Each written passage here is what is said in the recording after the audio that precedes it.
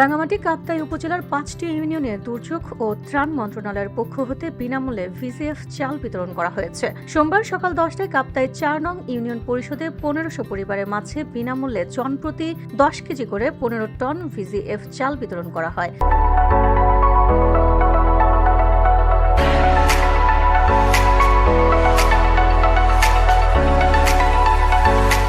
আনুষ্ঠানিকভাবে কাপ্তাই উপজেলা নির্বাহী অফিসার মোহাম্মদ রুহুল আমিন সকল কার্ডধারীর মাঝে বিনামূল্যে চাল হাতে তুলে দেন।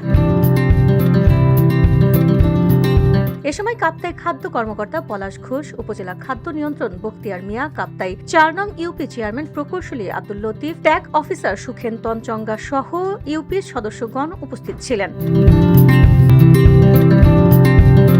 উল্লেখ্য, কাপ্তাই উপজেলার ৫টি ইউনিয়নে দুর্যোগ ব্যবস্থাপনা অধিদপ্তর ও ত্রাণ মন্ত্রণালয়ের পক্ষ হতে ৫,৫৬৩ জন কার্ডধারীর মাঝে বিনামূল্যে ভিজিএফ চাল বিতরণ করা হয়।